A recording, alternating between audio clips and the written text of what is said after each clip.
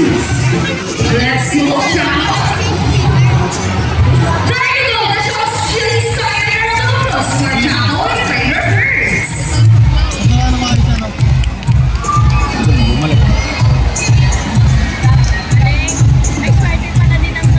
Hello everyone and welcome to Manila Ocean Park Club Starboard Show with me, Trainer G. Now, here's an object that I would like to have one of these silver cups.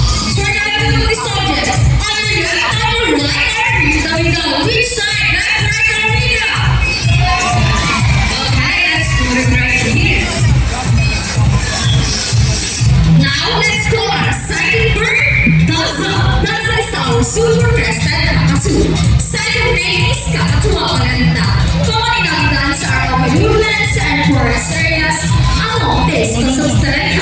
Dahil rubber at the almost next sound. They typically produce seeds, nuts, fruits such as durian, papaya, and rambutan. And they also love corn. Now guys, do you think that has the ability to find the seed object? Well, if it is, then say, you can do it, Dazzle! Come on, Dazzle, find the hidden object for us.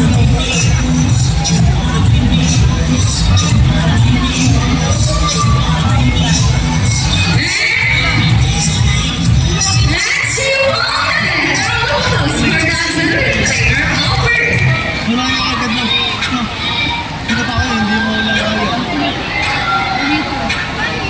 Now, our next featured birds are just like any bird called monogamous, meaning they'll be making star partner for life. Pretty romantic, right? But as any couple, the best in their relationship will always see one, being sassy and rough. Our beautiful bird, meaning mga about today, they will likely know to see who's the blessing to us for moving.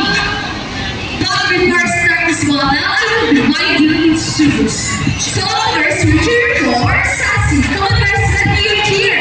Sassy, sassy.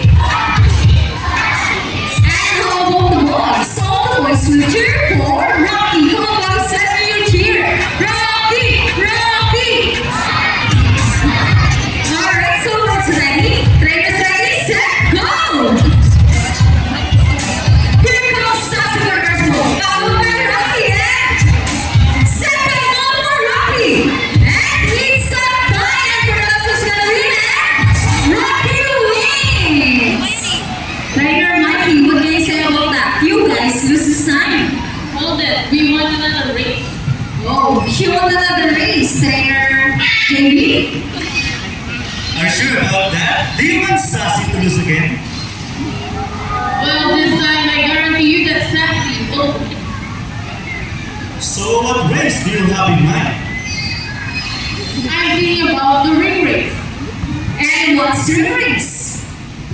The first bird who can draw 3 rings into the hole the fastest is the winner. And that's the ring race.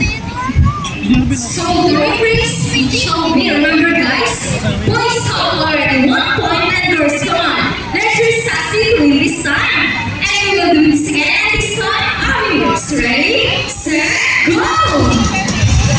Here comes Rocky for the first ring. Followed by the second ring. Look what's happening. Sassy picking up the rings at the same time. And the winner is Sassy. Trainer Jake, what do you say about that? Good rings at the same time. Hey, you guys cheated. Oh, we didn't cheat, eh? No, we didn't cheat. Sassy used her brain. ako dun eh. Oh, so it's true that girls are more intelligent than boys? Around the boys for Sassy and Rocky, Trainer Rocky and Trainer Jamie.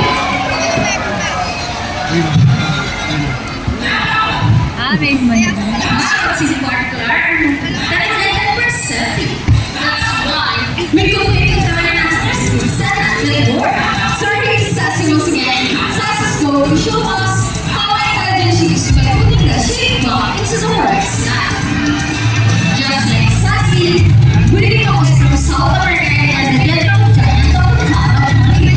It is because that is the largest next to the highest in the house. They can grow 2 centimeter in length at 21 years old. Scientific